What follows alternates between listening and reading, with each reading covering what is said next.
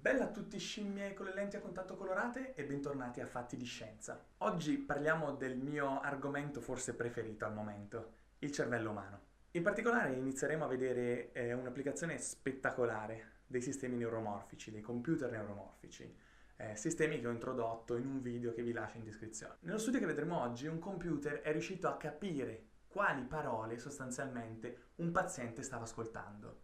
Questo è riuscito a farlo attraverso l'analisi dell'attività neurale del paziente stesso, quindi vedendo l'attività del suo cervello. In realtà i pazienti di questo studio non erano consapevoli nel momento in cui sentivano queste parole, infatti erano anestetizzati durante un'operazione chirurgica. Vediamo però come questo è stato ottenuto e quali sono le conseguenze magnifiche dietro a questa scoperta. Sostanzialmente i ricercatori hanno inserito degli elettrodi che potessero monitorare l'attività neurale dei pazienti stessi e hanno poi usato dei sistemi neuromorfici per provare a modellare, a capire, a vedere quali fossero i pattern all'interno di questi segnali stessi, all'interno dell'attività neurale del paziente stesso. Insegnavano al computer quale correlazione vi fosse tra quei segnali che stavano processando appunto degli impulsi dei neuroni con invece quelle che noi chiamiamo parole. Perché in realtà hanno detto al computer: guarda che certe frequenze o certe attività neurali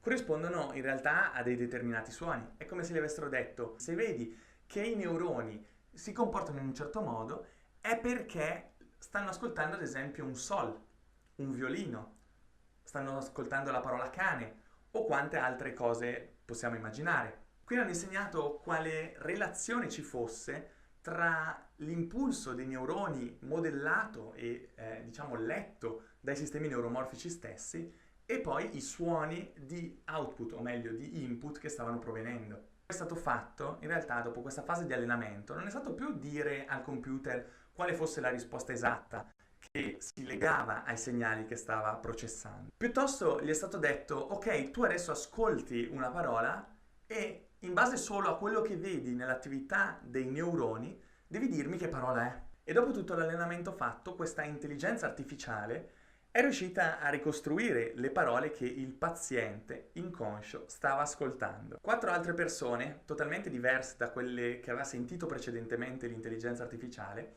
hanno detto dei numeri in modo randomico, tipo 5, 8, 2. Anche questi numeri non venivano usati, non erano mai stati sentiti prima dall'intelligenza artificiale stessa. Però, nonostante questo, grazie appunto all'allenamento di cui vi ho parlato, questo è il risultato di quello che sono riusciti a decodificare. 0, 1, 2, 3, 4, 5, 6, 7, 8, 9. Questo è sostanzialmente l'output di frequenze che il sistema neuromorfico connette ai dati che ha visualizzato in termini di attività neurale. Ogni suono è un insieme di frequenze su uno spettro di frequenze, appunto. C'è un piccolissimo dettaglio rispetto a questa ricerca che mi preme aggiungere. In realtà questi ricercatori hanno preso varie architetture, cioè hanno cercato di unire questi neuroni digitali in vari modi. Hanno preso ad esempio un caso in cui i neuroni erano connessi uno ad uno in fila indiana, piuttosto che altri casi in cui erano più densamente connessi l'uno con gli altri.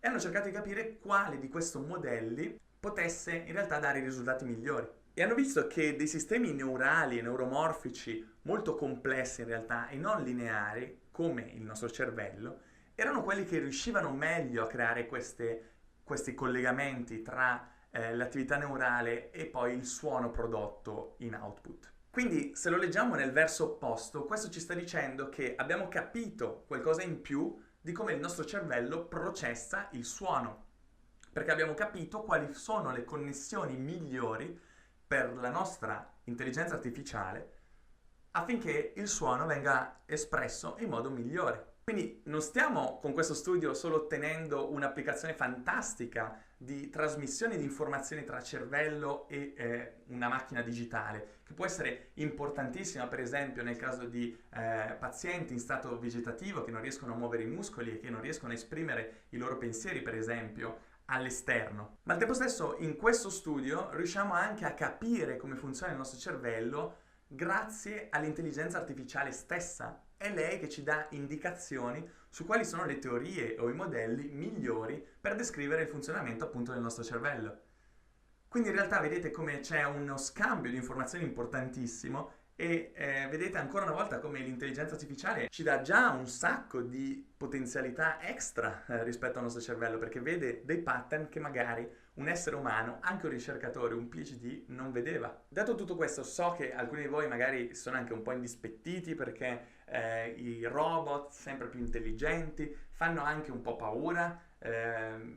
Purtroppo viviamo immersi in una cultura in cui i robot sono spesso demonizzati e ogni tecnologia viene mostrata solo per i suoi lati negativi, però non è questo il momento per parlare di intelligenza artificiale e delle possibilità o dei possibili rischi connessi ad essi. E soprattutto volevo farvi vedere veramente un'applicazione anche concretissima di questi sistemi che a mio modo di vedere è sorprendente, perché riuscire a capire come certi segnali del nostro cervello trasportano informazioni è un passo incredibile e importantissimo per la comprensione migliore del nostro essere, prima di tutto, ma anche per applicazioni di interfaccia uomo-macchina che sono solo relegate alla fantascienza o che erano solo relegate alla fantascienza in realtà. Spero che questo video vi sia piaciuto, ragazzi e ragazze. Se è così, vi ricordate, mi raccomando, quel like alla Shy, faccio l'occhiolino alla Shy.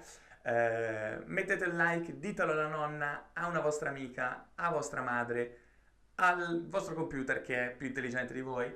Diffondete questo verbo e noi ci vediamo molto presto con un nuovo video, sempre tecnologico, sempre scientifico. Ciao scimmia!